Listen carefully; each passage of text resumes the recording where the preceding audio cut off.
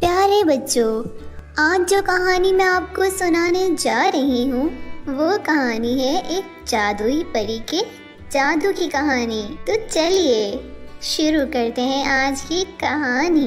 एक बार की बात है, जमीन से बहुत दूर एक परिस्तान था जहाँ बहुत सारी परियां रहा करती थीं। परिस्तान में एक बहुत बड़ा महल था जहाँ राजा और रानी परी एक साथ रहा करते थे। राजा और रानी परी दोनों ही बहुत अच्छे और नेक सीरत वाले थे। उनका दिल बहुत नरम था। तभी परियां राजा और रानी से बहुत खुश थीं। लेकिन रानी और राजा अक्सर उदास रहा करते थे क्योंकि उनकी अपनी कोई औलाद नहीं थी।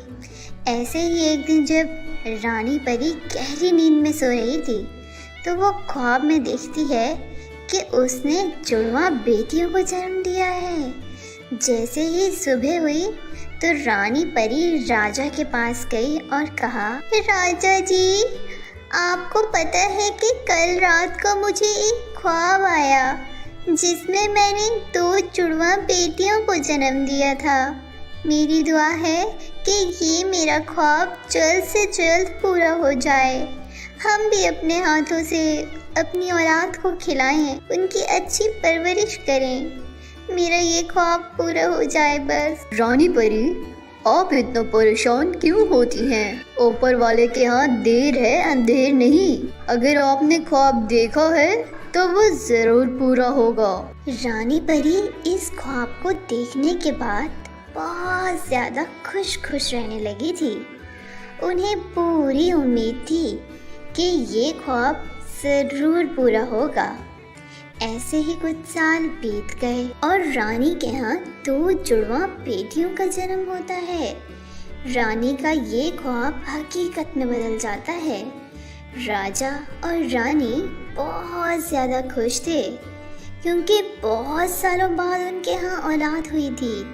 और जैसा कि रानी परी ने ख्वाब में देखा था कि उनकी दोनों परी बेटियां सब परियों से बिल्कुल अलग हैं और ऐसा ही होता है। एक परी सोने की थी और दूसरी परी चांदी की थी। राजा और रानी बहुत ज़्यादा खुश थे। उनकी खुशी का कोई ठिकाना नहीं था। राजा ने अपनी एक बेटी का नाम चिंकी रखा और दूसरी का नाम मिंकी रखा। राजमहल में खुशियों की लहर थी। सब लोग राजा और रानी थे। दोनों बेटियों की बहुत अच्छे से परवरिश करते हैं।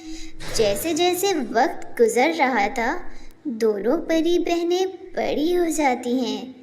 चिंकी परी सोने की होने की वजह से बहुत ही ज़्यादा घमंडी थी, लेकिन चांदी परी नेक अखलाक और नरम दिल की मालिक थी। उसके अंदर ज़रा भी घमंड नहीं था।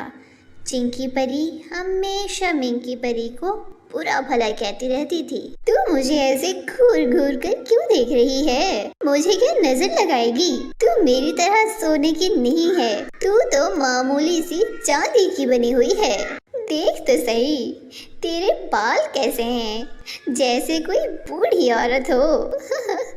तू मेरी जुड़वा बहन जरूर है लेकिन लगती बिल्कुल बुढ़िया है, वो भी 100 साल की। और मैं सोने की होने की वजह से कितनी ज्यादा सुंदर दिखती हूँ।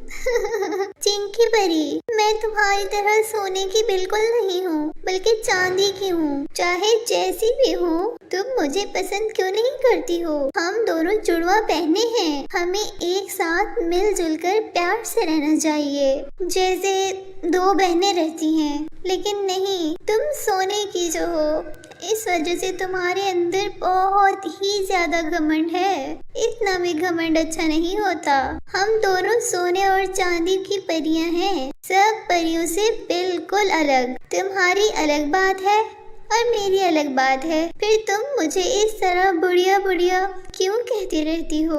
मुझे ये सब बिल्कुल भी अच्छा नहीं लगता। मुझे भी नाम से बुलाया करो जैसे मैं तुम्हें नाम लेकर पुकारती हूँ। मैं ठहरी सोने की परी जिसकी चारों तरफ सोना ही सोना, सोने के ड्रेस, सोने के बाल और सोने के पंख, और तुम मामूली सी चांदी की परी। मैं तुझे मिंकी परी कहूंगी?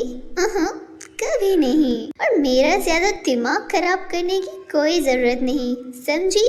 इस तरह चिंकी परी मिंकी परी का मजाक उड़ाकर उसकी बेइज्जती करके अपनी दोस्तों के साथ पार्टी करने के लिए चली जाती है।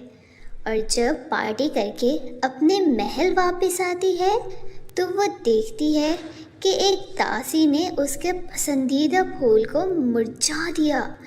ये देखकर चिंकी परी को बहुत ही ज़्यादा गुस्सा आता है और दासी की जाकर बहुत ज़्यादा पिटाई करती है और उसे कहती है, अरे वो 2 टके की दासी, मैंने तुझे सिर्फ एक जिम्मेदारी दे रखी थी कि मेरे पौधों का ख्याल रखना, एक भी काम ठीक से नहीं होता तुमसे। कितनी लापरवाह है तू।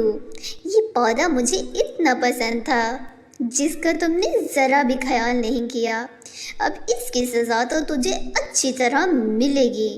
आज से तुझे मेरे महल में आकर काम करने की कोई ज़रूरत नहीं है। चिंकी परी बेचारी गरीब है, इसे काम से तो मत निकालो। अगर बेचारी से गलती हो गई है तो उसे माफ़ कर दो, अपना दिल बड़ा करो। इस तरह से छोटी छोटी बातों पर तुम दासी को काम से ही बाहर निकाल दोगी। इस तरह से तो काम अच्छी परी कभी नहीं बन पाओगी और आगे चलकर महल की जिम्मेदारी हम दोनों बहनों ने ही संभालनी है।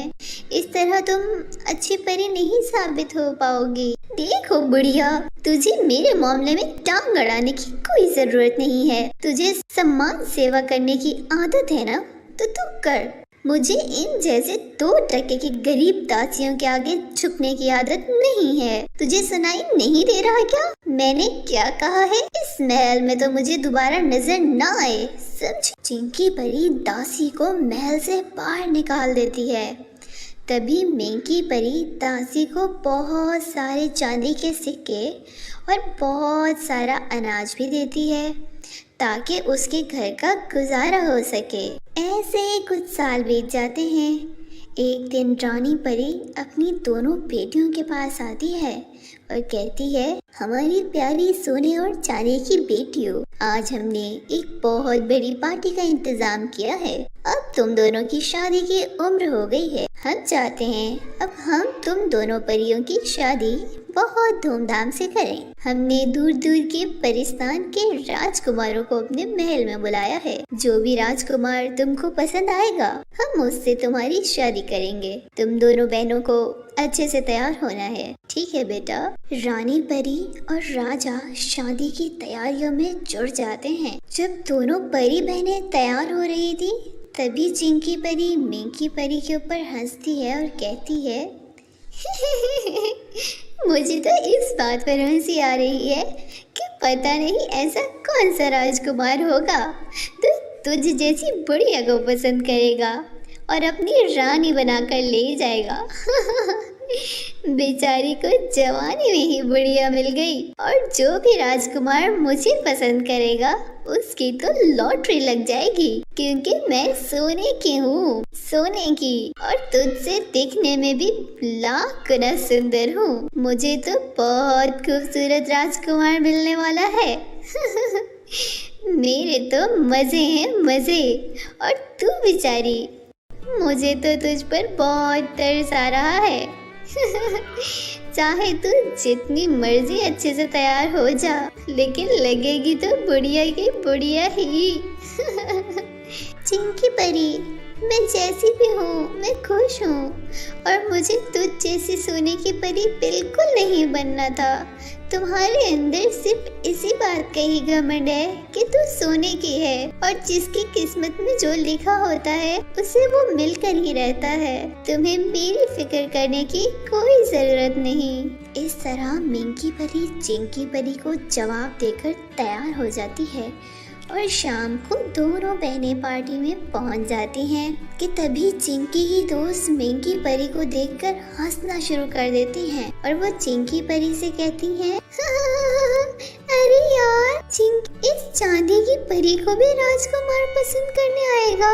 बेचारी ये तो मायूस हो गई क्योंकि कि बुढ़िया जैसे दिखने वाली परी को कौन अपनी रानी बनाएगा। तेरी बहन तो बिल्कुल बुढ़िया लगती है, सफेद बालों वाली बुढ़िया। इस तरह से चिंकी परी और सब दोस्त मिलकर बेचारी मिंकी परी का मजाक उड़ा रही थी। कुछ वक्त बाद पड़ोस के परिस्तान राजकुमार अपने पिता के साथ महल में पहुंच जाता है, लेकिन उनमें से एक राजकुमार जो बहुत ही ज़्यादा खूबसूरत, बहादुर और सबसे ज़्यादा अमीर था, जिसे देखकर चिंकी परी को लगता है कि वो उसी से ही शादी करेगा। मुझे राजकुमार बालवीर से ही शादी करनी है और ये तो मुझे मना कर ही नहीं सकता है, क्योंकि मैं सोने की परी हूँ और इतनी ज्यादा सुंदर भी हूँ। ये सोचकर चिंकी परी बालवीर राजकुमार के पास जाती है और उनसे बातें करती है, लेकिन बालवीर राजकुमार चिंकी से बातें तो कर रहे थे, लेकिन उनका सारा ध्यान मिंकी परी के ऊपर था। जब मिंकी परी चिड़ियों को दाना डाल रही थी, तभी एक चिड़िया मिंकी परी को जख्मी दिखती है। वो जल्दी से उस चिड़िया को महल के अंदर ले आती है। तभी बालवीर राजकुमार भी मिंकी परी के पास आ जाते हैं और कहते हैं, लगता है आपको परिंदों से बहुत ज्यादा प्यार है। राजकुमार बालवीर, हमें सबकी मदद करनी चाहिए, और फिर ये तो एक परिंदा है, बेचारा बोल भी नहीं सकता। हमें खुद पता लगा लेना चाहिए कि इन्हें क्या चाहिए, इन्हें क्या दुख तकलीफ है, तभी तो सही से हम परी कहलाएंगी। तुमने बहुत अच्छा सोचा, तुम्हारा दिल बहुत अच्छा है। मैं तुम जैसी परी की जरूरत थी। क्या तुम मुझसे शादी करोगी? राजकुमार बालवीर को मिंकी के साथ बातें करता देखकर चिंकी परी जलकर राख हो जाती है और वो सीधा राजकुमार के पास आती है और कहती है, राजकुमार बालवीर, आखिर आपको इस बुढ़िया में क्या ऐसा दिखाई दे रहा है? उसके बाल बुढ़िया जैसे हैं, शक्ल से भी बुढ़िया ही दिखती है, और मुझे भी तो देखो, मैं कितनी ज्यादा सुंदर हूँ, सोने की बनी हुई हूँ, सबसे अलग हूँ, मेरे चारों तरफ सोना ही सोना है। आपको मुझसे शादी करके आपके तो भाग ही खुल जाएंगे।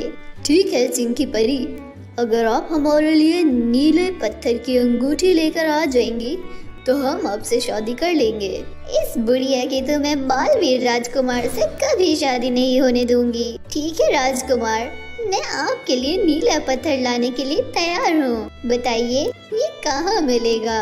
हमारे परिस्तान से बहुत दूर 7 समंदर पार करने के बाद एक जंगल है, उसमें एक गुफा है, वही वो अंगूठी है। अगर तुम नीले पत्थर ले आती हो तो मैं तुम्ही से शादी कर लूँगा। चिंकी परी वो अंगूठी लेने 7 समंदर पार उस जंगल में पहुँच जाती है कि तभी उसे एक जख्मी हिरन मिलता है जो बहुत ज्यादा दर्द से चीख रहा होता है। तभी वो हिरन कहता है, मेहरबानी करके मेरी मदद करो, ये जख्म मुझे बहुत दर्द पहुंचा रहा है, मुझे बहुत दर्द हो रहा है, मेरी मदद करो। इस जंगल में तुझ जैसे बदबूदार जानवर की मदद करने नहीं आई हूँ, और वैसे भी मैं एक सोने की परी हूँ, मुझे ये सब जेब नहीं देता, मुझे तेरी मदद करके अपने हाथ गंदे नहीं करने। ऐसा कहकर चिंकी परी थोड़ा और आगे बढ़ती है तो उसे आग में जलते हुए कुछ इंसान दिखाई देते हैं। तभी वो चिंकी परी से कहते हैं, हमारी मदद करो, ये आग हमें जलाकर राख कर देगी। एक चुड़ैल ने हमें आग से जला दिया है, इस आग पर बहुत सारा पानी भी डाल दिया है, लेकिन ये आग बुझने का नाम ही नहीं ले रही है। अगर तुम सोने की परी का वरदान देकर सीधा परी बन जाती हो तो ये आग बुझ जाएगी। तुम तो सादा परी बनकर भी जिंदा रहोगी अगर वरदान दे दो तो, लेकिन अगर तुमने ऐसा नहीं किया तो हम आग में जलकर मर जाएंगे। तुम इंसान इतने पागल हो, तुम्हें क्या लगता है मैं सोने की परी का वरदान दे दूंगी, अपनी सारी खूबसूरती तुम्हें बेचने में नाश कर दूं? तुम मेरे लगते ही क्या हो, चलो चलो मेरी तरफ से मर जाओ, मैं क्यों तुम्हारी मदद करूं? इस तरह चिंकी परी उन इंसानों की भी मदद नहीं करती। आखिर चिंकी परी उस गुफा तक पहुंच जाती है, लेकिन उस गुफा का दरवाज़ा ही नहीं खुल रहा था। चिंकी परी बहुत कोशिश करती है कि दरवाज़ा खुल जाए, लेकिन वो दरवाज़ा नहीं खोल पाती। तभी ऊपर से एक आवाज़ आती है, चिंकी परी, तुम्हारे लिए ये गुफा नहीं खुलेगी क्योंकि तुम बहुत ही घमंडी और बदतमीज़ परी हो। ये गुफा अच्छी परियों के लिए है, सिर्फ वही इसमें दाखिल हो सकती हैं। चली जाओ यहाँ से और दोबारा कभी ना आना यहाँ। अरे, ये गुफा तो मेरे लिए खुल ही नहीं रही है। अगर मैं नीले पत्थर वाली अंगूठी लेकर नहीं गई तो राजकुमार मुझसे कभी भी शादी नहीं करेंगे। लेकिन कोई बात नहीं, अगर मैं ये नीले पत्थर वाली अंगूठी नहीं लेकर जाऊंगी तो वो तो आएगी ही ना बुढ़िया, मेरी जुड़वा बहन जाने की परी। वो तो बहुत अच्छी है ना, उसके लिए तो ये गुफा जरूर खुलेगी। तभी मौका देखकर मैं अंदर चली जाऊंगी। ऐसा सोचकर चिंकी परी वही जंगल में एक जगह छुप जाती है। जब चिंकी परी नीले पत्थर की अंगूठी लेकर महल वापस नहीं लौटती तो मिंकी परी की अपनी बहन की चिंता होने लगती है। तो वो भी 7 समुद्र पार उस जंगल में पहुंच जाती है। तो उसके सामने भी वही हिरन आती है। मिंकी से देखा नहीं जाता तो वो फौरन से उसका तीर निकाल देती है। कुछ दूर और जाती है तो उसे रास्ते में वही लोग मिलते हैं जो आग में जल रहे होते हैं। वो भी मिंकी से ऐसा ही कहते हैं। तब मिंकी उन इंसानों से कहती है, अगर मेरी वजह से आप सभी लोगों की जान बच जाती है, वरदान आप ही ले लें और मैं सादा परी बनने के लिए तैयार हूँ। और मुझे खुशी होगी कि मेरा ये वरदान चांदी का आप लोगों की जान बचाने के काम आया। ऐसा कहकर मिंकी परी अपनी आंखें बंद करती है और अपने चांदी की परी होने का वरदान दे देती है और वो एक सादा परी बन जाती है। जब इंसान आग से बच जाते हैं, ये देखकर मिंकी परी को बहुत खुशी होती है और वो फिर गुफा में पहुंच जाती है। मिंकी परी के लिए गुफा फौरन खुल जाती है। तभी पीछे से चिंकी परी भी आ जाती है, लेकिन चिंकी परी अंदर जाते ही उसका रंग काला और बदसूरत बन जाता है। खुद को इतना बदसूरत देखकर वो फूट फूट कर रोने लगती है। तभी मिंकी परी चिंकी परी से कहती है, चिंकी परी, ये तुमने कैसा अनाथ कर दिया? अगर तुमने जंगल में किसी की मदद नहीं की थी तो इस गुफा के अंदर तुम्हें नहीं आना चाहिए था। राजकुमार बालवीर ने मुझे सब कुछ बता दिया था कि ये गुफा घमंडी परियों की मदद नहीं करती। चिंकी परी, मैंने तुम्हें बहुत बार समझाया है कि तुम्हें अपने सोने की परी होने पर घमंडी नहीं होना चाहिए। घमंड बहुत बुरी चीज़ है, वो हमें कहीं का नहीं छोड़ती। तुमने अपने घमंड में अपना सब कुछ खो दिया है। ना तो तुम्हें राजकुमार मिला और ना ही तुम्हारी पहचान रही अब। मिंकी परी, मुझे बहुत अच्छे से समझ आ गया है कि घमंड बहुत बुरी चीज़ है और हमें परेशान और मजबूर लोगों की मदद करते रहना चाहिए। आज के बाद मैं एक अच्छी परी बनकर दिखाऊंगी, लेकिन मुझे पहले जैसा बनना है। मैं इस तरह बदसूरत बनकर नहीं जी सकती हूँ। ठीक है, इसका एक रास्ता है। इस तरह तुम पहले जैसी तो नहीं बन पाओगी, लेकिन बदसूरत भी नहीं रहोगी। तुम्हें आज ही सब बुरे काम छोड़ने होंगे। किसी से भी नफरत नहीं करोगी, बस सबसे प्यार करोगी और सबकी मदद करोगी। चिंकी परी मिंकी परी से वादा करती है कि वो दोबारा ऐसा कुछ नहीं करेगी। तभी वो एक सादा परी के रूप में आ जाती है। तो देखा बच्चों, घमंड करने का क्या अंजाम हुआ। इसलिए प्यारे बच्चों, हमें कभी भी घमंड नहीं करना चाहिए। तो दोस्तों, कैसी लगी आपको हमारी आज की ये कहानी? हमें लाइक और कमेंट करके ज़रूर बताइएगा। हेलो दोस्तों, आज मैं आपको जो कहानी सुनाने जा रही हूँ वो कहानी है एक जादुई हार के जादू की। तो चलिए दोस्तों, देखते हैं आज की कहानी। काफ़ी अरसा पहले की बात है। एक बहुत ही सुंदर राजकुमारी जिसका नाम मानवी था। मानवी का जन्मदिन पर उसकी माँ उसे गिफ्ट के तौर पर एक हार देती है और मानवी को कहती है, बेटी ये हमारी रानियों का जादुई हार है। ये हर मुसीबत में तुम्हारी मदद करेगा। तुम इसे संभाल के रखना। अरे माँ, ये तो बहुत खूबसूरत हार है, मैं इसे कभी नहीं उतारूंगी। अच्छा माँ, अब मैं बाहर घूमने जा रही हूँ। नहीं नहीं बेटा, आज तो तुम्हारा जन्मदिन है, इसीलिए हमारे महल में बहुत सारे मेहमान आने वाले हैं। माँ, हमारे यहाँ आने वाले मेहमान बहुत अमीर और पैसे वाले हैं। उनकी बड़ी बड़ी बातें सुनकर मैं बोर हो चुकी हूँ। इतना कहकर राजकुमारी अपने घोड़े पर बैठकर वहाँ से चली जाती है। राजकुमारी रास्ते से जा रही थी कि एक डाकू वहाँ गांव की लड़कियों को परेशान कर रहा था। ये सब क्या हो रहा है? तुम इन लड़कियों को क्यों परेशान कर रहे हो? अरे देखिए राजकुमारी, ये डाकू हमसे हमारे गहने छीन रहा है, प्लीज हमें बचा लीजिए। अरे वाह, यहाँ तो राजकुमारी भी आ गई। अब मैं तुम लोगों के साथ साथ इस राजकुमारी के गहने भी लूट लूंगा। तभी डाकू की नजर राजकुमारी के हार पर पड़ जाती है। ये हार तो बहुत ही सुंदर और चमकदार है, लगता है बहुत कीमती है ये हार। चल राजकुमारी, अब जल्दी से ये हार मुझे दे दे, वरना मैं अपनी तलवार से तेरी गर्दन उड़ा दूंगा।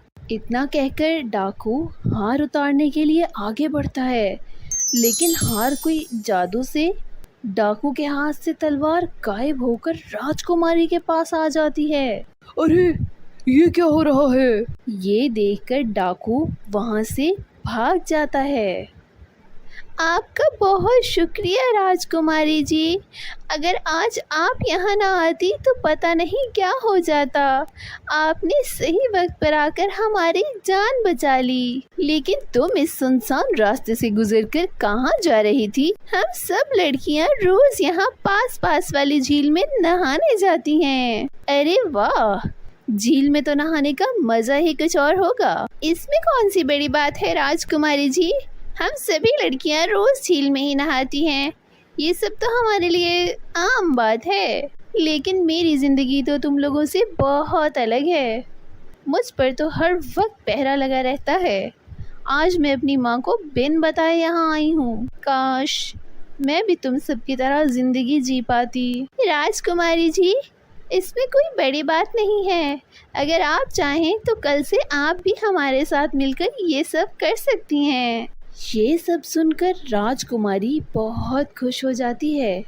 फिर रोज राजकुमारी चुपके से उन लड़कियों से मिलने जाती है और उनके साथ खूब मस्ती करती है। फिर एक दिन, राजकुमारी मनवी, आप रोज रोज माँ को बिन बताए महल से बाहर जाती हैं और रोज रोज आपके कमरे में अपनी जगह मुझे सुला देती हैं। देखिए, आप एक राजकुमारी हैं और इस तरह अकेले घूमना बिल्कुल भी ठीक नहीं है, अपनी जान को भी खतरा हो सकता है। तुम सब लोग तो बेकार में ही डरती हो, मुझे कुछ नहीं होगा। इस तरह राजकुमारी अपनी दासी की बात को नज़रअंदाज करके वहाँ से चली जाती है। फिर एक दिन राजकुमारी गांव की लड़कियों के साथ किसी बागीचे में फूल तोड़ रही थी, तभी दुश्मन राजा के लोग वहाँ आ जाते हैं। चलो सिपाहियों, इस राजकुमारी को बांदी बनाकर अपने महल ले चलो। इसके बाप को सबक सिखाने के लिए इससे बेहतर तरीका नहीं मिलेगा। ये सुनकर सब लड़कियां घबरा जाती हैं। राजकुमारी जी, आप जहाँ से जल्दी से भाग जाइए। लेकिन तभी सिपाही राजकुमारी को पकड़ लेते हैं। ये देखकर राजकुमारी रोने लगती है, लेकिन तभी उसके हार के जादू से वो सारे सिपाही उल्टे हो जाते हैं। अरे राजकुमारी जी, हमें माफ़ कर दें, हम यहाँ से चले जाएंगे, प्लीज़ हमें माफ़ कर दें। तभी राजकुमारी उन्हें छोड़ देती है और वो सब वहाँ से भाग जाते हैं। अरे वाह, आज तो जादुई हार ने कमाल ही कर दिया। मेरी माँ ने सच कहा था कि ये हर मुसीबत में तुम्हारी मदद करेगा। लेकिन राजकुमारी जी, इस तरह से अपनी माँ से झूठ बोल कर आना अच्छी बात नहीं है। आज आप बहुत बड़ी मुसीबत से बची हैं। हाँ, तुम बिल्कुल ठीक कहती हो। अब से मैं हमेशा माँ को बताकर ही आऊँगी और उनसे कभी झूठ नहीं बोलूँगी। इतना कहकर राजकुमारी अपने महल लौट जाती है। उस दिन के बाद से राजकुमारी ने कभी अपने माँ से झूठ नहीं बोला। तो प्यारे दोस्तों, आपको ये कहानी कैसी लगी? कमेंट करके ज़रूर बताइएगा। प्यारे बच्चों, आज जो कहानी मैं आपको सुनाने जा रही हूँ वो कहानी है परी के दिए हुए जादुई सैंडल की कहानी। तो चलिए शुरू करते हैं आज की कहानी। काफी अरसा पहले की बात है। किसी गांव में सोनम अपनी मामा पापा के साथ हंसी खुशी अपनी जिंदगी बसर कर रही थी। सोनम के पापा एक कारोबारी शख्स थे और सोनम की माँ स्कूल में टीचर थी। दोनों मामा पापा ने शेड्यूल की वजह से दोनों में से कोई भी सोनम को टाइम नहीं दे पा रहे थे। इसीलिए सोनम सारा दिन अपने घर में ही रहती और अपना टाइम अकेले गुजारती। क्योंकि सोनम अपने मामा पापा की इकलौती बेटी थी, इसलिए उसके मामा पापा उसकी हर ज़रूरत और मांग को पूरा करते थे। सोनम को नए नए सैंडल पहनने और जोड़ने का बेहद शौक था। जब कभी भी वो बाजार जाया करती थी तो वो हर बार नए नए सैंडल के डिज़ाइन देखा करती थी। वो स्टडी में भी बहुत अच्छी थी। वो हमेशा अपने स्कूल में फर्स्ट पोजीशन हासिल किया करती थी, जिसकी वजह से स्कूल की सब स्टूडेंट्स उसकी दोस्त थीं। उसके अच्छे इखलाक, नेक सीरत होने की वजह से स्कूल के सब बच्चे भी उसे बहुत पसंद करते थे। एक दिन सोनम अपनी माँ के पास आई और कहा, माँ, आज मुझे कुछ शॉपिंग करनी है, क्या आप मुझे ले जाएंगी? हाँ हाँ, क्यों नहीं बेटा, पर हम तो अभी कुछ दिन पहले ही गए थे ना शॉपिंग पर, है ना। अगर तुम्हें कुछ जरूरी सामान चाहिए तो मैं ड्राइवर को भेजकर मंगवा देती हूँ। अरे नहीं नहीं माँ, ऐसी बात नहीं। वो दरअसल मैं खुद जाकर अपनी शॉपिंग करना चाहती हूँ। मेरे सैंडल की कलेक्शन में से बहुत सारी सैंडल्स पुरानी हो गई हैं, जिसकी वजह से मैं बाजार जाकर न्यू सैंडल लेकर आना चाहती हूँ। इसी तरह सोनम की माँ सोनम को अपने साथ शॉपिंग करने ले जाती हैं। सोनम एक शॉप पर जाती है जहाँ नए नए सैंडल के डिज़ाइंस मौजूद थे। वहाँ सोनम को सब के सब डिज़ाइंस पसंद आ जाते हैं और वो सारे के सारे खरीद लेती है।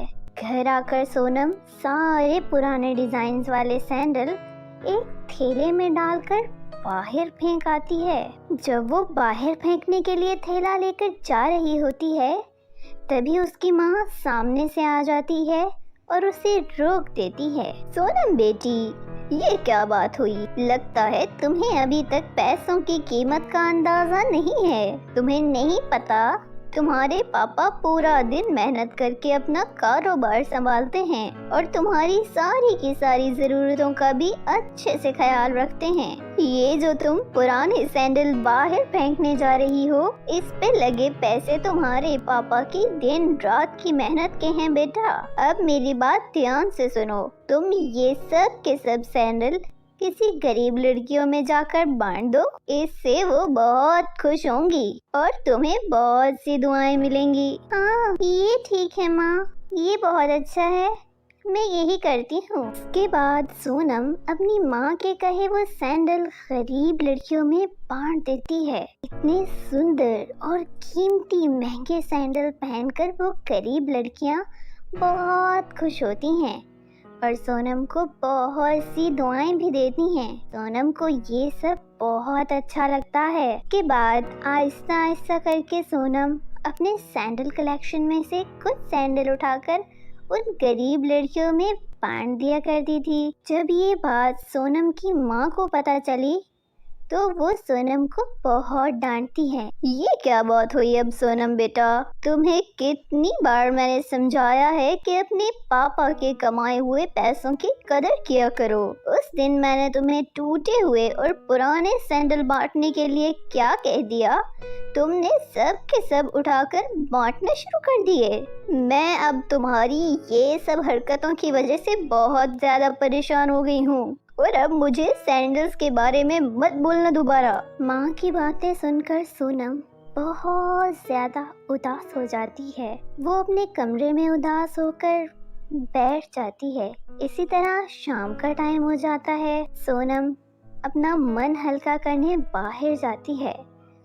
चलते चलते सोनम एक टेबल पर बैठ जाती है और सोच में गुम रहती है। इतनी देर में वहाँ परी आ जाती है और कहती है, सोनम मुझे पता है कि तुम क्यों उदास हो, लेकिन मैं तुमसे बहुत ही ज्यादा खुश हूँ। तुमने बहुत अच्छा काम किया उन गरीब लड़कियों में खुशियाँ बांटकर, जिस पर मैं तुम्हें एक इनाम के तौर पर एक कीमती गिफ्ट देना चाहती हूँ। उसके बाद परी ने अपनी जादू की छड़ी घुमाई और वहाँ एक बेहद खूबसूरत सैंडल सोनम को गिफ्ट के तौर पर दिए। अरे वाह, इतने खूबसूरत सैंडल! परी जी, आपको पता है मुझे सैंडल्स बहुत पसंद हैं और ये तो बहुत ही खूबसूरत और चमकदार हैं। क्या मैं इसे पहनकर देख लूं?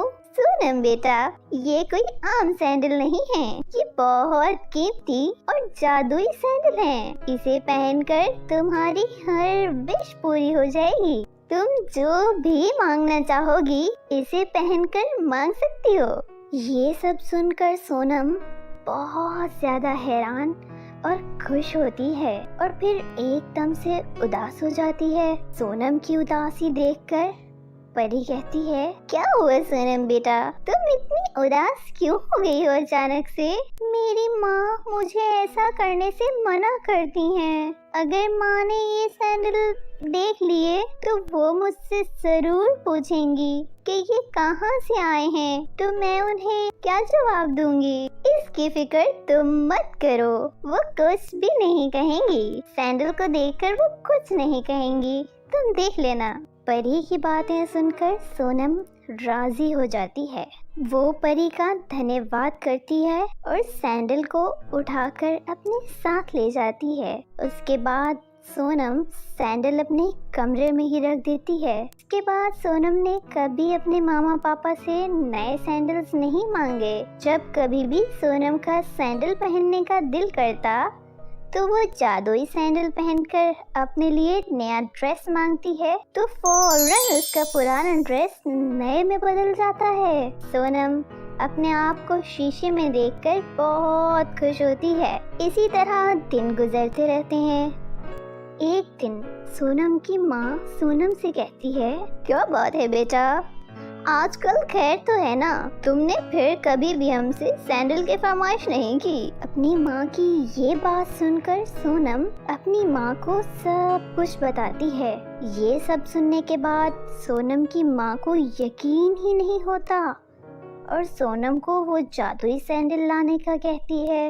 उसके बाद जब सोनम वो सैंडल लेकर आती है तो वो अपनी माँ को दिखाती है, तो उसकी माँ कहती है, बेटी ये सैंडल तो बहुत ही अच्छे हैं, क्या तुमने अपने पापा को दिखाए हैं ये? नहीं माँ, लेकिन मैं अभी जाकर दिखा कर आती हूँ। सोनम अपनी जादुई सैंडल अपने पापा को दिखाती है, तो वो सैंडल सोनम के पापा को भी बहुत पसंद आते हैं। उसके बाद सोनम वो सैंडल लेकर अपने कमरे में ले जाती है और पहनकर अपने लिए चॉकलेट्स मंगवाती है, तो फौरन से बहुत सारी चॉकलेट्स आ जाती हैं। अरे वाह, ये सैंडल तो बहुत ही ज्यादा कमाल के हैं। उसके बाद सोनम वो जादुई सैंडल पहनकर स्कूल जाती है। जब वो जादुई सैंडल स्कूल की बाकी लड़कियों को दिखाती है तो वो सभी सोनम की सैंडल देखकर बहुत खुश होती हैं और उसकी सैंडल की बहुत तारीफ करती हैं।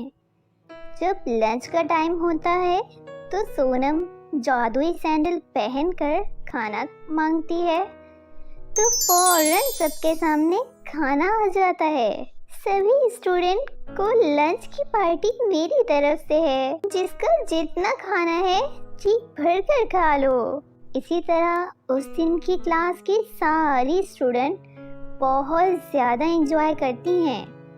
उस दिन के बाद सोनम को जब कभी किसी चीज़ की ज़रूरत पड़ती है तो वो अपने जादुई सैंडल पहनकर मंगवा लेती है।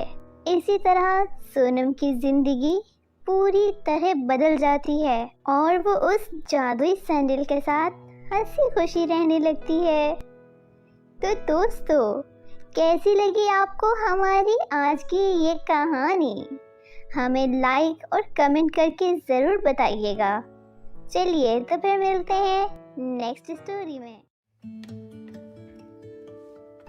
प्यारे बच्चों, आज जो मैं कहानी आपको सुनाने जा रही हूँ वो कहानी है जादुई मोतियों की माला की कहानी। तो चलिए शुरू करते हैं आज की कहानी। सोलापुर नामी गांव में दो बहनें रहती थीं। दोनों सौतेली बहनें थीं। एक का नाम रिंकी और दूसरी का नाम अनामिका था। रिंकी जब पैदा हुई थी तो उसी वक्त उसकी माँ गुजर गई थी, जिसकी वजह से रिंकी के पिता ने रागिनी नामी औरत से दूसरी शादी कर ली थी, क्योंकि पैदा होते ही उसकी माँ की मौत हो गई थी। अगर कभी सुबह वो अपने पिता के सामने आ जाती तो अरे, सुबह सुबह किस मनहूस का चेहरा देख लिया तो सारा दिन ही खराब गुजरेगा। इस मनहूस को कितनी बार कहा है कि अपना चेहरा मुझे मत दिखाया कर। मगर पापा, मैं तो कपड़े धोने जा रही थी। क्या रे रिंकी, सुबह सुबह कहाँ टहलती फिर रही हो? तुझे कहा है ना सुबह सुबह किचन का काम किया कर और बाहर मत निकला कर। मगर माँ, मैं तो कपड़े धोने जा रही थी। अरे चुप कर, आगे से बहस करती है। चल निकल यहाँ से, बहुत जुबान चलती है तेरी। चल अब जा यहाँ से। रोते रोते रिंकी वहाँ से चली जाती है। एक तरफ अनामिका बैठकर बुक्स पढ़ रही होती है। अनामिका अपने मामा बाबा की लाडली बेटी थी। अनामिका, मेरी प्यारी बेटी, अच्छे से पढ़, फिर तुझे डॉक्टर भी तो बनना है। खूब मन लगा कर पढ़ो। अगर किसी भी चीज की जरूरत हो तो मुझे बताना बेटी। इसी तरह से दिन बीत रहे थे। एक तरफ अनामिका को मामा पापा दोनों का प्यार मिल रहा था और दूसरी तरफ रिंकी बेचारी प्यार को तरस रही थी। जब रिंकी के पापा काम के लिए निकल जाते तो उसकी माँ रिंकी से खूब सारा काम करवाया करती थी और अनामिका स्कूल जाया करती थी। रागिनी ने एक बिल्ली भी रखी हुई थी जिसे रिंकी अक्सर खाना खिलाया करती थी। रिंकी ने उसका नाम किटी रखा हुआ था। वो अपना दुख सुख उसी को सुनाया करती थी। एक दिन रिंकी किटी को लेकर बाहर जाती है और एक पार्क में उदास होकर बैठ जाती है। तभी उसके पास एक बूढ़ी औरत आती है। बेटी, क्या नाम है तुम्हारा? जी माँ जी, मेरा नाम रिंकी है। मैं अपनी किटी के साथ बाहर आई हूँ। बेटी, मुझे बहुत प्यास लगी है, क्या तुम मुझे थोड़ा पानी पिला दोगी? जी माँ जी, आप यहीं बैठे, मैं अभी पानी लेकर आती हूँ। रिंकी जल्दी से पानी लेकर आती है और उस बूढ़ी औरत को पानी पिलाती है और कहती है, अच्छा माँ जी, अब मैं चलती हूँ, काफी टाइम हो गया है, नहीं तो मुझे मामा पापा से बहुत डांट पड़ेगी अगर मैं और लेट हो गई तो। अभी घर जाकर खाना भी बनाना है। ठीक है बेटे, अब तुम जाओ। रिंकी जल्दी से अपने घर जाती है। घर के अंदर जाते ही उसकी माँ उसे डांटना शुरू कर देती है। कहाँ चली गई थी तू? इतनी देर से तुझे पता नहीं था कि घर का काम भी करना है? चल अब दफा हो, जाकर खाना बना जल्दी से। इस मनहूस से पता नहीं कब जान छूटेगी हमारी। रिंकी उदास होकर किचन में चली जाती है और खाना बनाना शुरू हो जाती है। रिंकी के मामा पापा और अनामिका तीनों इकट्ठे बैठकर खाना खाते हैं। उस घर में रिंकी बस एक नौकर ही थी। वो क्या खाती है क्या नहीं, किसी को कोई फिक्र नहीं थी। रिंकी सबको खाना खिलाकर, सारे बर्तन धोकर, एक कोने में बैठकर अकेले खाना खाती है और उदास होकर अपनी माँ को याद करते हुए कहती है, माँ आप मुझे छोड़कर क्यों चले गई हैं? ये लोग बहुत जालिम हैं, मुझसे बहुत ज़्यादा काम करवाते हैं, मुझे ठीक से सोने भी नहीं देते। पापा आपके मरने का इल्ज़ाम भी मुझ पर लगाते हैं, जिसकी वजह से वो भी मुझसे बहुत नफरत करते हैं। आप मुझे भी अपने पास बुला लें। ये सोचते सोचते रिंकी गहरी नींद में सो जाती है। अगले दिन वो घर का सारा काम खत्म करके किटी को लेकर बाहर चली जाती है।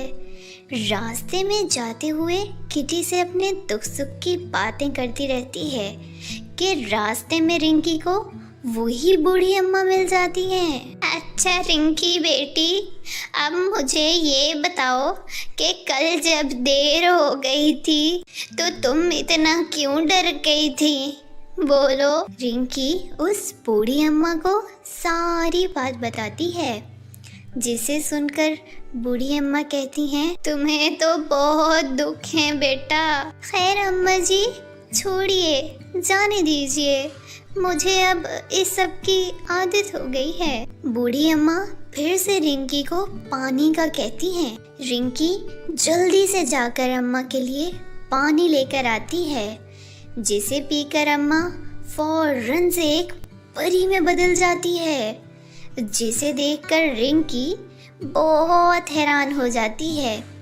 वो बहुत ताकतवर परी थी, उसके पास बहुत सारी शक्तियाँ थीं। रिंकी, मैं तुम्हारा इम्तिहान ले रही थी, लेकिन तुम उस इम्तिहान में पास हो गई हो। तुम बहुत अच्छी, नेक सीरत और दूसरों की मदद करने वाली लड़की हो।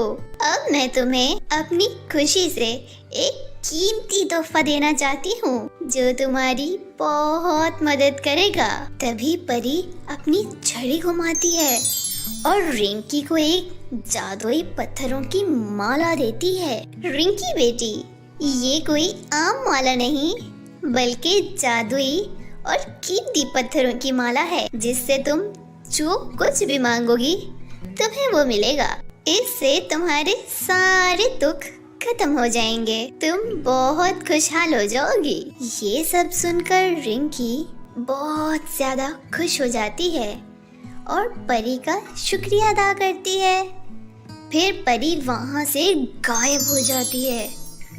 उसके बाद रिंकी जादुई माला से कहती है, मेरे और मेरी किटी के लिए स्वादिष्ट खाने आ जाएं। उसके इतना कहते ही वहाँ स्वादिष्ट खाना आ जाता है। वो दोनों पेट भरकर खाना खाती हैं। उसके बाद रिंकी खुशी खुशी अपने घर आ जाती है और उसे जब भी किसी चीज़ की ज़रूरत होती है वो जादुई माला को हाथ में लेकर मांग लेती थी। इसी तरह काफ़ी अरसा गुजर जाता है। अब अनामिका डॉक्टर बन गई थी, जिसकी वजह से वो एक हॉस्पिटल में नौकरी कर रही थी। इधर रिंकी के पापा की तबीयत बहुत ख़राब हो गई थी। घर का खर्चा उसी के पैसों से चलता था, जिससे तंग आकर रिंकी की सौतेली माँ अपने पति को कोसने लगती है। पता नहीं वो कौन सी मनहूस घड़ी थी जब मैंने तुम जैसे मनहूस से शादी की थी। अब ये 5 पैसे भी कमाने से रहे, ऊपर से इनकी दवाइयों का खर्चा, और ये एक मनहूस जो घर बैठकर खाती रहती है। बचपन से ही मैंने सर पर बैठी है। और उधर मेरी बेटी का काम कर कर के बुरा हाल है। अब बस बहुत हुआ, अब मैं अपनी बेटी की पास जा रही हूँ। मुझसे नहीं होता ये सब, तुम अपनी इस कामचोर बेटी के पास रहो। सारी उम्र मैंने तुम लोगों को कमा कर खिलाया है और आज अगर मेरी तबीयत खराब है तो तुम लोग मुझसे मुंह फेर रहे हो। मैं फिर किसके सहारे जीऊंगा? प्लीज मुझे छोड़कर मत जाओ। रिंकी की सौतेली माँ अपना सामान लेकर अपनी बेटी अनामिका के पास चली जाती है। तब रिंकी ही अपने पिता की सेवा करती है, उनका ख्याल रखती है, उन्हें खाना और दवाई टाइम से देती है, जिसे देखकर उसके पिता को बहुत शर्मिंदगी होने लगी। जिस लड़की को मैं सारी जिंदगी बुरा भला कहता रहा, यहाँ तक कि जिसे मैं अपनी बेटी तक नहीं मानता था, कभी उससे मैंने प्यार से बात तक नहीं की, आज वही मुझे संभाल रही है। और जिस लड़की को मैंने इतना प्यार दिया, उसकी हर जरूरत का ख्याल रखा, आज उसके लिए मेरी कोई कद्र कीमत नहीं रही। रिंकी के पापा रिंकी से माफी मांगते हैं। रिंकी बेटी, मुझे माफ कर दो। मैंने तुम्हारे साथ बहुत बुरा सलूक किया। मेरी गलती माफ करने के लायक तो नहीं है, फिर भी बेटी मुझे माफ कर देना। अरे नहीं पापा, आप ऐसा मत कहें, आप मेरे पापा हैं। मैं तो कभी भी आपसे नाराज नहीं हुई जो आपको माफ करूं। आपने आज मुझे बेटी कहकर पुकारा है, मेरे लिए इतना ही बहुत है पापा। मगर बेटी मुझे एक बात बताओ, तुम मेरी दवाई और खाने पीने के पैसे कहाँ से ला रही हो?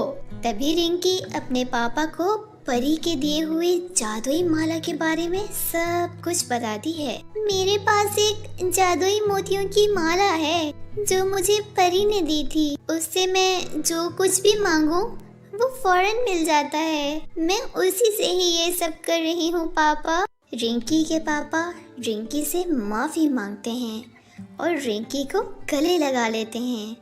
उसके बाद रिंकी खुशी खुशी अपने कमरे में आकर परी को याद करती है। परी फौरन आ जाती है। शुक्रिया परी जी, आज आपकी वजह से मेरी सारी खुशियाँ वापस आ गई हैं। मुझे बहुत खुशी हुई ये सब सुनकर। रिंकी तुम हमेशा खुश रहो। उसके बाद परी गायब हो जाती है। उसके बाद रिंकी हमेशा के लिए अपने पापा के साथ हंसी खुशी अपनी जिंदगी गुजारने लगती है। तो मेरे प्यारे दोस्तों, कैसी लगी आपको हमारी आज की ये कहानी? हमें लाइक और कमेंट करके ज़रूर बताएं।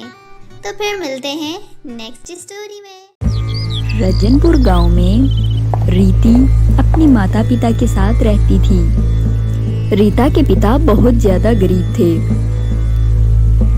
वो जगह जगह छोटी मोटी मजदूरी का काम करके अपना गुजारा किया करते थे।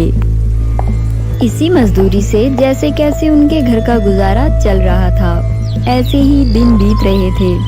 एक दिन आकाश के घर रिश्ते वाले आते हैं और उन्हें रीति पसंद भी आ जाती है। तभी वो शादी की बात आगे बढ़ाते हुए कहते हैं, देखिए आकाश जी, हमें तो प्रीति बहुत पसंद आई है और हमारे बेटे को भी बहुत पसंद आई है। हम तो कहते हैं कोई अच्छा सा मुहूर्त निकलवा कर इसी महीने के अंदर अंदर इनकी शादी करवा देनी चाहिए। क्या कहते हैं आप? अरे अब मैं क्या राय दूं? आप लोग लड़के वाले हैं, जैसा आप लोगों को ठीक लगे वैसे ही करेंगे।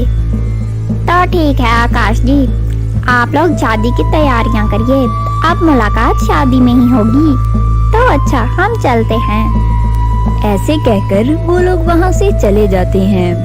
उनको भेजते ही आकाश बहुत ज्यादा परेशान हो जाता है और खड़ा होकर सोचने लगता है।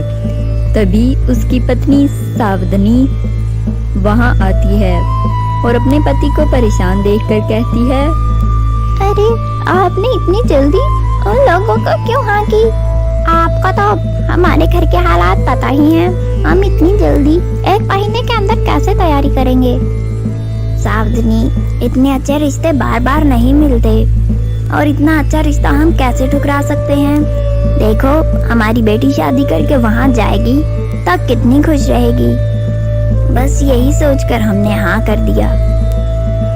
वो सब ठीक है जी, लेकिन हमारे पास तो लड़की को देने के लिए ना शादी के कपड़े हैं, ना लहंगा, ना चूड़े, ये सब भी तो हमें ही देना पड़ेगा ना जी। अरे तुम चिंता मत करो, मैं एक बंदे को जानता हूँ, वो मुझे यकीन है मुझे कोई अच्छा काम दे देगा। वो सुना है दिल का बहुत अच्छा है और लोगों की मदद भी बहुत करता है। उसके बाद आकाश उस बंदे के पास जाता है और कहता है, साहब मुझे काम की बहुत जरूरत है, मैंने सुना है आप दिल के बहुत अच्छे हैं, आप प्लीज मुझे कोई भी काम दे दीजिए, मैं कर लूँगा, मैं हर काम जानता हूँ। तुम चिंता मत करना आकाश, मैं तुम्हें काम दे दूंगा। मैं तुम्हें जो भी काम दूंगा बस तुम ईमानदारी से करना और उसके बाद मैं तुम्हारा हिसाब तुम्हें दे दूंगा। उसके बाद आकाश दिन रात काम करने लग जाता है और मजदूरी का काम, कभी खेतों में काम, ये सारा काम कर कर के वो बहुत थक जाता है। वो बिल्कुल भी आराम नहीं करता, जिसकी वजह से उसकी तबीयत बहुत ज़्यादा ख़राब हो जाती है और वो बीमार पड़ जाता है। ऐसे ही एक दिन आकाश बहुत ज़्यादा काम कर रहा होता है तो उसकी तबीयत बहुत ख़राब हो जाती है। वो वहीं चकरा कर गिर जाता है और बेहोश हो जाता है। तभी वहाँ पर मौजूद कुछ मज़दूर उसको उठाकर हॉस्पिटल ले जाते हैं। वहीं सावधानी भी पहुँच जाती है। तभी डॉक्टर सावधानी के हाथ में हॉस्पिटल और दवाइयों का बिल थमा देती है। सावधानी वो सारे पैसे डॉक्टर को दे देती है जो इतने दिनों में आकाश ने कमाए थे। अब उसके पास कुछ भी नहीं बचता है। कुछ दिन गुजरते हैं तो आकाश ठीक हो जाता है और हॉस्पिटल से डिस्चार्ज होकर घर आ जाता है। तभी रीति अपनी माँ से कहती है, माँ अब तो घर में बिल्कुल भी पैसे नहीं हैं और घर का खर्चा भी करना है और बाबा की दवाइयाँ भी लेनी है। हम कैसे इतना पैसा अरेंज करेंगे? बाबा की दवाइयों के लिए हमें बहुत ज़्यादा पैसे चाहिए माँ। तू परेशान मत हो मेरी बेटी, मैं घरों में जाकर लोगों से काम मांगती हूँ, कहीं से कोई काम तो मुझे मिल जाएगा। तू बस घर में रह, अपने बाबा का ध्यान रख और घर का ध्यान रख, मैं काम ढूंढने आज ही जाती हूँ। सावधानी काम ढूंढने निकल जाती है। तभी एक स्कूल में उसको सफाई का काम मिल जाता है। वो सफाई करती रहती है हर दिन और थोड़े ज़्यादा पैसे कमा लेती है। लेकिन इन पैसों से तो सिर्फ वो अपने पति के लिए दवाइयाँ और एक दिन की सब्ज़ी लाती होती थी। ऐसे ही दिन गुजरते जाते हैं तो एक दिन रीति अपनी माँ से कहती है, माँ बहुत टाइम बीत रहा है, मेरी शादी का दिन बहुत करीब आ गया है और हम लोगों ने अभी तक कोई तैयारी नहीं की। ना ही मेरे पास जूड़ा है और ना ही मेरा शादी वाला फ्रॉक तैयार है। मैं क्या पहनूंगी शादी अपनी पे? हाँ बेटा मैं जानती हूँ, लेकिन मैं क्या करूँ, मैं इतने पैसे ही नहीं जुटा पा रही। मैं खुद बहुत परेशान हूँ कि तुम्हारी शादी का दिन करीब आ चुका है मगर हमारी कोई तैयारी नहीं। माँ मैं बहुत परेशान हूँ, मैं अगर हमारे हालात ऐसे ही चलते रहे तो मैं कैसे अपनी शादी का फ्रॉक और चूड़ा ले पाऊंगी? रीति की ये बातें सुनकर सावधानी बहुत परेशान हो जाती है और वो सोचने लगती है कि वो क्या करे। तभी वो अपने कमरे में जाती है और वहाँ से एक गले का माला लाकर प्रीति के हाथ में रखती है। बेटी ये माला मेरी माँ ने मुझे दी थी, मैंने इसको आज तक बहुत संभाल कर रखा है। तुम्हें भगवान बहुत देगा, भगवान तुम्हारी सारी परेशानी दूर कर देगा, मुझे कोई खाना खिला दो। तभी प्रीति आती है अंदर से और कहती है, अब्बा जी ये आप खाना लीजिए और आप खा लीजिए, मेरे पास इसके अलावा आपको देने के लिए कुछ नहीं है, हमारे घर यही है। वो बूढ़ा बंदा सारा खाना खुशी खुशी खा लेता है और प्रीति को इतना उदास देकर उसको कहता है, क्या हुआ बेटा, तुम इतनी परेशान क्यों हो, क्या बात है? तभी रीति सारे घर की तमाम परेशानियां उस बूढ़े अंकल को सुनाती है। वो कहते हैं, अरे बेटा, तुमने मुझे खाना खिलाया, मैं तुमसे बहुत खुश हूँ, इसलिए मैं तुम्हारी मदद करना चाहता हूँ। मेरे पास ये डब्बा है, इसको तुम अपनी शादी वाले दिन ही खोलना। भगवान तुम्हारा भला करेगा। अब मैं चलता हूँ। तभी शादी का दिन आ जाता है और सब बहुत परेशान बैठे होते हैं। उसकी माँ बहुत रो रही होती है कि उनके पास ना ही कोई कपड़े और ना ही कुछ खाने को था। तभी रीति कमरे में जाती है और कहती है, भगवान, आज मेरी शादी का दिन है और मेरे पास पहनने के लिए कुछ नहीं है। आप मेरी मदद कीजिए और कुछ मुआवजा कीजिए। तभी उसके दिमाग में उस बूढ़े अब्बा वाला डब्बा आता है। वो सोचती है क्यों ना उस डब्बे को खोलकर देखे कि उसमें क्या है। जैसे ही वो उस डब्बे को खोलती है तो उसमें से एक बहुत हसीन और शानदार कंगन निकल आता है।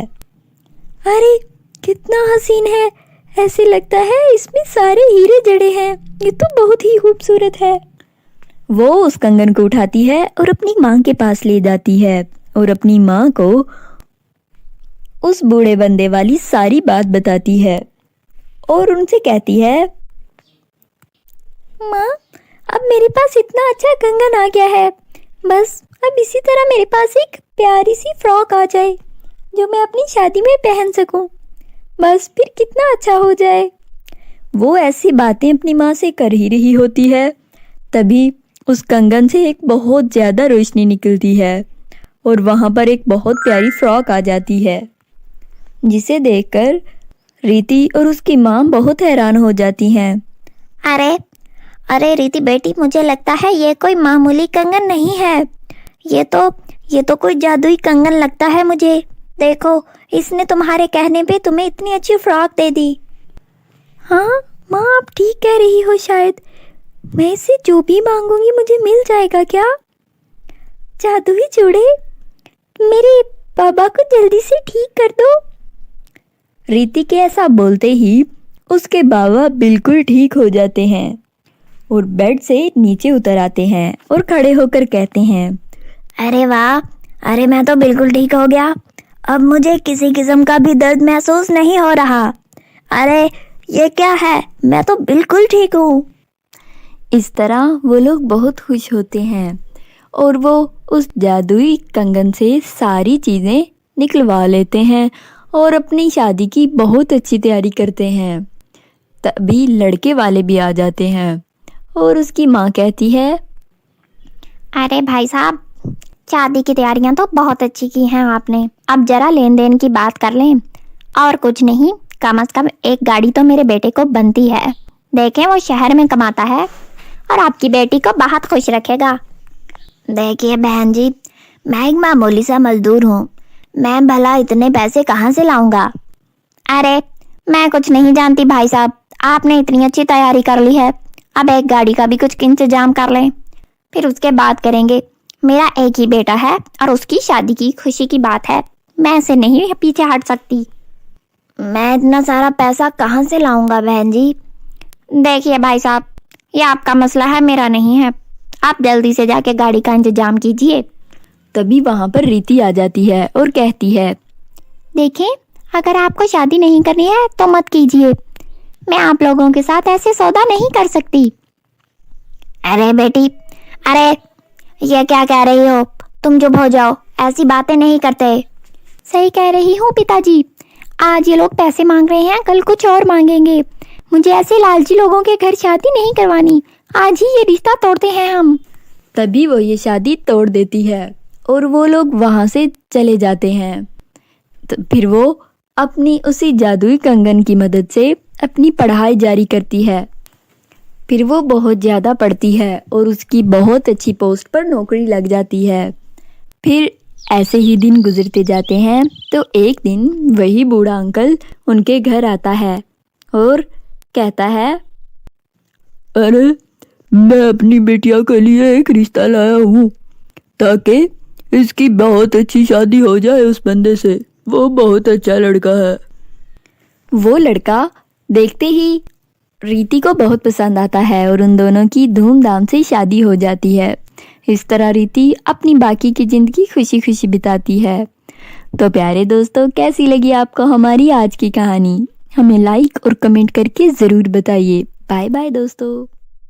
प्यारे दोस्तों, जो कहानी आज मैं आपको सुनाने जा रही हूँ वो है जादुई हीरे वाली फ्रॉक की कहानी। तो चलिए आज की कहानी शुरू करते हैं। बहुत समय पहले की बात है। मोहिनी अपने पति मुकेश के साथ एक छोटे से विकसित गांव में रहती थी। उनकी शादी को 6 साल बीत गए थे, मगर अभी तक उनको कोई संतान प्राप्ति नहीं हुई थी। वो दोनों इस बात से बहुत परेशान थे। मोहिनी जब भी अपनी दोस्तों के बच्चों को देखती तो वो बहुत उदास होती। वो हमेशा भगवान से यही प्रार्थना करती, हे भगवान, ये मुझे किस चीज की सजा दे रहे हो आप? आज तक मुझे किसी चीज की कमी नहीं दी आपने, फिर मेरी गोद क्यों सुनी है? आखिर मैंने ऐसा क्या पाप किया है जिसकी सजा मुझे इस तरीके से मिल रही है? ऐसे ही कुछ दिन और बीत गए। आखिर भगवान ने मोहिनी की सुन ही ली। उसकी तबीयत खराब होने पर उसका पति उसको हॉस्पिटल ले गया। वहां जाने के बाद उसे पता चला कि वो गर्भवती है।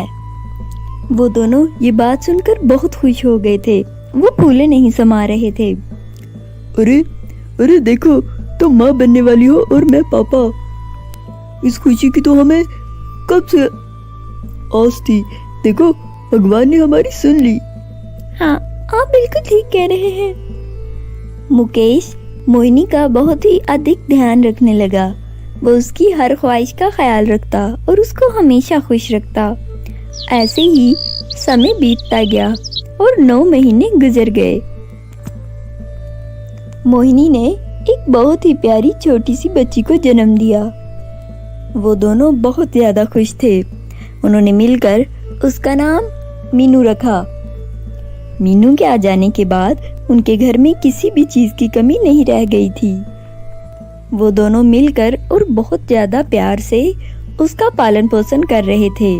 ऐसे ही समय बीतता गया। अब मीनू 9 साल की हो गई थी। उन दोनों ने मिलकर एक बहुत ही अच्छे स्कूल में उसका एडमिशन करवा दिया। वो हमेशा स्कूल जाती और उसके माता पिता बहुत खुश होते। एक दिन मीनू स्कूल से आती है और कहती है, माँ, स्कूल से छुट्टियां हो रही हैं। सब कहीं ना कहीं जा रहे हैं। हम भी कहीं आउटिंग पे चलते हैं ना माँ? अरे मेरा बेटा, कहाँ जाना है तुमने? माँ, कहीं अच्छी सी जगह पे चलते हैं ना, गोपाल चलते हैं। आप बाबा से बात करें ना। ठीक है, ऐसा हो सकता है कि मेरी मीनू कोई बात कहे और वो पूरी ना हो। मैं आज ही तुम्हारे पापा से बात करती हूँ और हम फ्लाइट लेते हैं गोपाल की। जब शाम को मुकेश घर आता है तो खाने के टेबल पर मोहिनी मुकेश से यही बात करती है तो वो कहता है, अरे क्यों नहीं, हमारी बेटी की ख्वाहिश है तो हम ज़रूर जाएंगे। मैं कल ही ऑफिस से लीव लेता हूँ और हम गोपाल की टिकट लेते हैं। अगले ही दिन वो लोग गोपाल के लिए निकल जाते हैं। गोपाल पहुंचकर वो लोग बहुत खुश थे। गोपाल पहुंचने के बाद वो लोग घूमने जाते हैं। मीनू वहाँ बहुत खुश होती है। इतना बड़ा पार्क देखकर वो बहुत एंजॉय करती है। अरे देखे ना, पता ही नहीं चला हमारी बेटी इतनी बड़ी हो गई। भगवान इसको हमेशा खुश रखे और किसी की हमें नजर ना लगे। हो, तुम बिल्कुल ठीक कह रही हो। और वैसे भी ऐसे कैसे नज़र लग सकती है भला? हम इसको हर वो खुशी देंगे जो हमसे हो पाई। मोहिनी और मुकेश इसी तरह आपस में बातें कर रहे थे। मीनू बहुत एंजॉय कर रही थी। ऐसे ही खेलते खेलते उसकी नज़र एक खरगोश पर पड़ी। वो बहुत ही खूबसूरत खरगोश था। वो उसको देखती रह गई और देखते देखते उसके पीछे चलने लगी।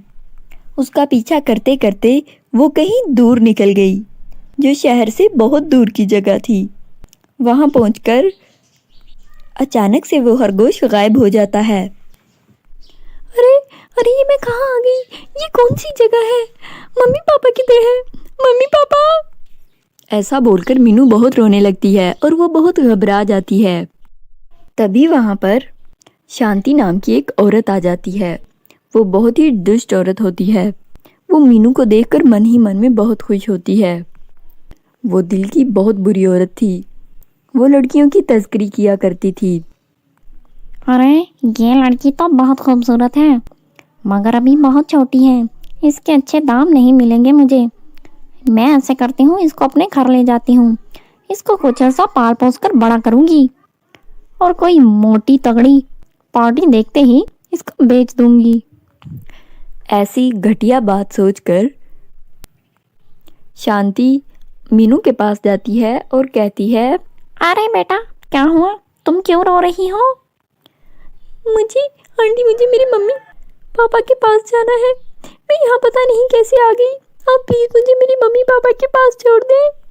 अरे बेटा, मेरे होते हुए परेशान होने की कोई ज़रूरत नहीं। चलो मैं तुम्हें तुम्हारे मम्मी पापा के पास ले चलती। चलो चलो बेटा, आ जाओ। ऐसा कहकर वो होशियार औरत मीनू को अपने साथ ले जाती है। दूसरी तरफ मोहिनी और मुकेश मीनू को ढूंढ ढूंढ कर पागल हो जाते हैं। वो उसको ढूंढते ढूंढते बहुत दूर निकल आते हैं, मगर उनको कहीं भी मोहिनी नजर नहीं आती। अरे अरे ये गई कहाँ है? अभी तो यही खेल रही थी, एकदम कैसे गायब हो गई? हाँ मैं भी वही कह रही हूँ, जाने हमारी बच्ची कहाँ चली गई। मेरा दिल बहुत घबरा रहा है, जल्दी मुकेश उसको ढूंढिए। अरे तुम फिक्र मत करो, इधर ही होगी। आओ हम आगे ढूंढने चलते हैं, मिल जाएगी। वो दोनों मिलकर उसको ढूंढने लगते हैं। अरे मीनू बेटा, मनु बेटा कहाँ हो तुम? देखो मामा बुला रही है, वापस आ जाओ बेटा। उन दोनों के इतना बुलाने के बावजूद मीनू वापस नहीं लौटती।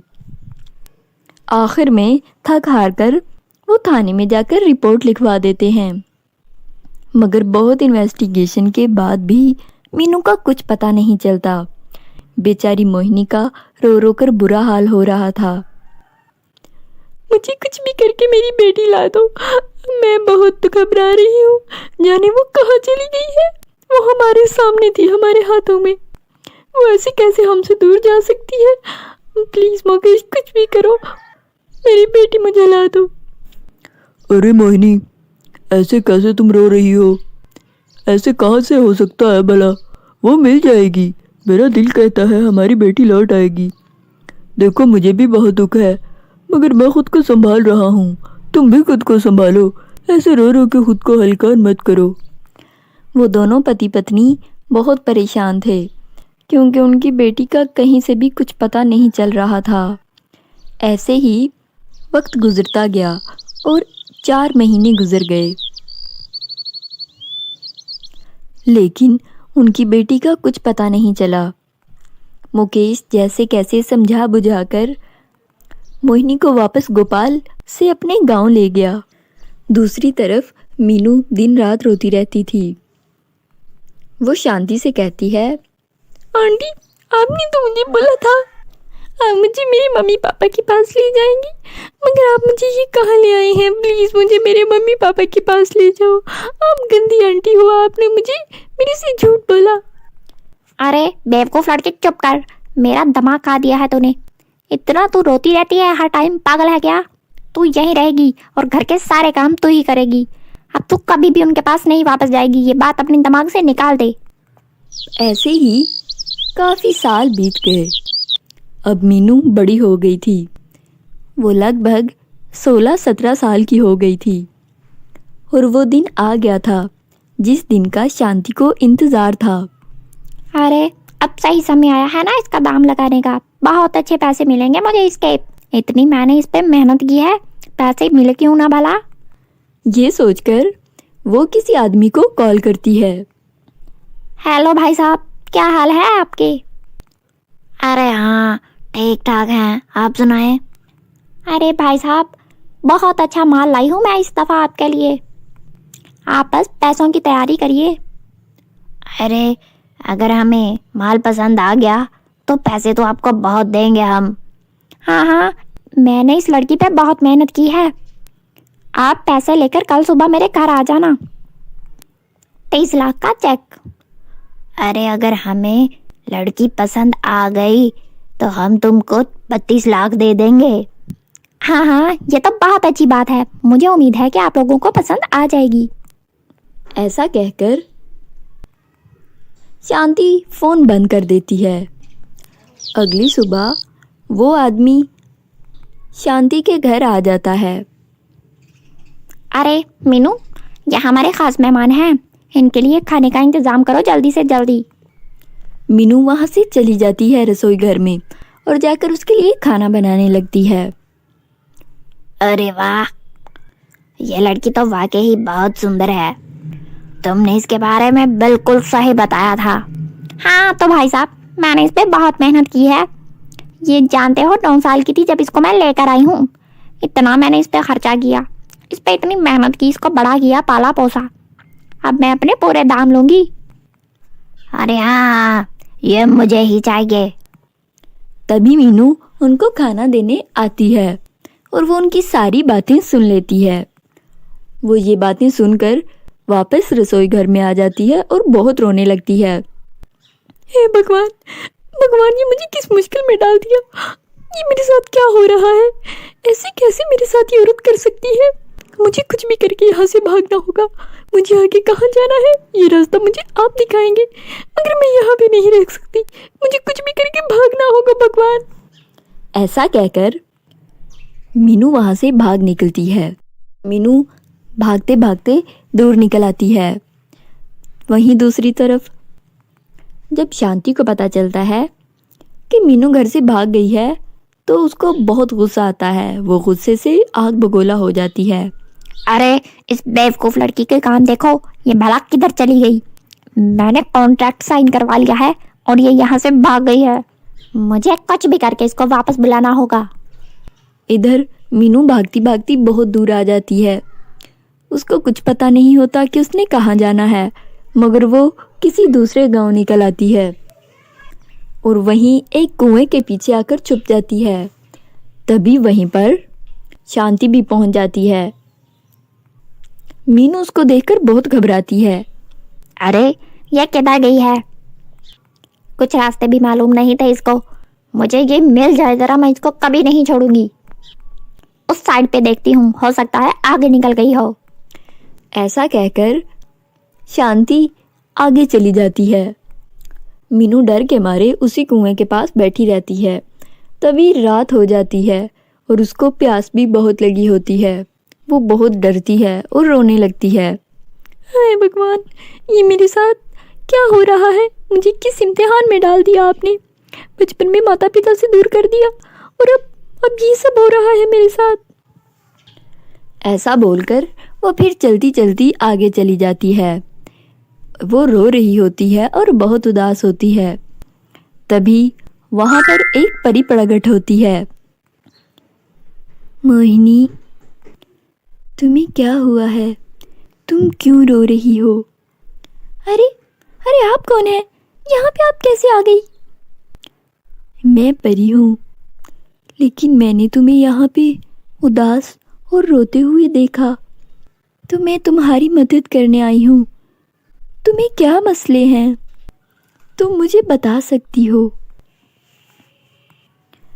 तभी ये सब देखकर मीनू बहुत खुश होती है और वो सारी बात परी को बताने लगती है और वो शांति की सारी बुराइयां उसके साथ जो जो कुछ हुआ सब कुछ उस परी को बता देती है। ये सब सुनकर परी बहुत उदास होती है और उससे कहती है, अरे तुम परेशान मत हो, मैं तुम्हारी मदद करूँगी। मैं तुम्हें एक जादुई फ्रॉक दूंगी जिसको पहनकर तुम अपनी माता पिता के पास पहुंच जाओगी। तभी अपनी जादुई छड़ी को घुमाते हुए परी एक जादुई फ्रॉक प्रकट करती है। उस जादुई फ्रॉक पर बहुत सारे हीरे लगे होते हैं। मीनू, इस पर लगे इन हीरों की मदद से तुम अपने माता पिता को शांति का असली रूप दिखा पाओगी। ऐसा कहकर वो परी वहाँ से गायब हो जाती है।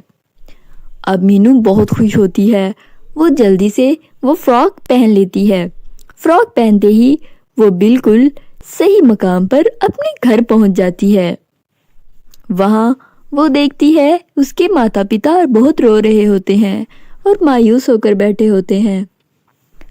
तभी मीनू उनके पास जाती है और कहती है, माँ माँ देखिए मैं आ गई हूँ। अरे अरे अरे मेरी बेटी कहाँ से आ गई? तू कहाँ थी? अरे हम तुम्हारे लिए बहुत रोए हैं मेरा बेटा, तुम कैसे वापस आ गई? हाँ मैं वापस आ गई हूँ माँ। मैं आपको सब कुछ बताती हूँ। ये देखिए, इन हीरो की मदद से आप मेरे साथ जो कुछ हुआ सब कुछ जान सकते हैं। उन हीरो में देखते हुए उसके माता पिता ने शांति का असली रूप देख लिया उसमें। उनको बहुत गुस्सा आया उस औरत पर और उन्होंने वही हीरे लेकर जाकर पुलिस में रिपोर्ट लिखवा दी। उन्होंने पुलिस को भी उन हीरो की मदद से शांति का असली रूप दिखाया और जो कुछ मीनू के साथ हुआ वो सब बताया। तभी उसके माता पिता और मीनू पुलिस को लेकर शांति के घर पहुंच जाते हैं। पुलिस को देखकर शांति बहुत घबरा जाती है। अरे आप लोग मेरे घर कैसे घुस आए? इंस्पेक्टर, यही है वो औरत, इसने मेरे साथ बहुत बुरा किया है। पता नहीं और किस मासूम के साथ भी ऐसे करती होगी। आप इसको अरेस्ट कर लीजिए और कभी मत छोड़िए। हाँ इसने मेरी बेटी के साथ बहुत बुरा किया है। इसको इसकी गलतियों की सजा मिलनी चाहिए। इंस्पेक्टर, इसको बिल्कुल भी मत छोड़ना। ऐसा कहकर वो इंस्पेक्टर शांति को जल्दी से अरेस्ट कर लेता है और मीनू अपने माता पिता के साथ घर वापस आ जाती है। अब वो लोग हंसी खुशी रहने लगते हैं और उस जादुई फ्रॉक की मदद से मीनू अपने माता पिता के पास बिल्कुल ठीक ठाक पहुंच जाती है।